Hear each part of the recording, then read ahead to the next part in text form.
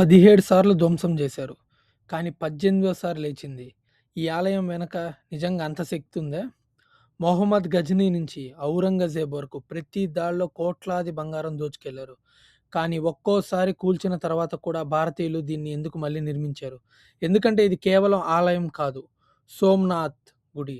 సోమనాథ్ అంటే విశ్వాసం యొక్క చిహ్నం. పురాణాల ప్రకారం చంద్రుడు తన కాంతిని కోల్పోయినప్పుడు శివుడు ఇక్కడే అతనికి జీవితం తిరిగి ఇచ్చాడు. సోము అంటే చంద్రుడు, నాథ అంటే ప్రభు, అందుకే సోమనాథ్. మరి శ్రీకృష్ణుడు చివరి క్షణాలు కూడా ఈ ఆలయంలోనేనా? కానీ అసలు షాక్ ఏంటంటే స్వాతంత్రం వచ్చిన 2 నెలల్లోనే సర్దార్ పటేల్ ఇక్కడికి వచ్చి ఏడ్చాడు. అసలు ఆయన ఏడవడానికి కారణం ఏంటి? ఈ ఆలయం లోపల దాగిన రహస్య గది గురించి తెలుసా?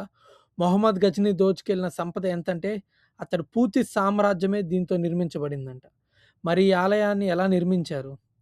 12 జ్యోతిర్లింగాల సిరీస్‌లో ఇది పార్ట్ 1. పూర్తి కథ నా లాంగ్ వీడియోలో ఉంది. దానికోసం కిందున్న డిస్క్రిప్షన్‌లో ఉన్న లింక్‌ని క్లిక్ చేయండి. ప్లీజ్ ఛానల్‌ని సబ్స్క్రైబ్ చేయండి. నచ్చితే లైక్, షేర్, కామెంట్ చేయండి. Thank you.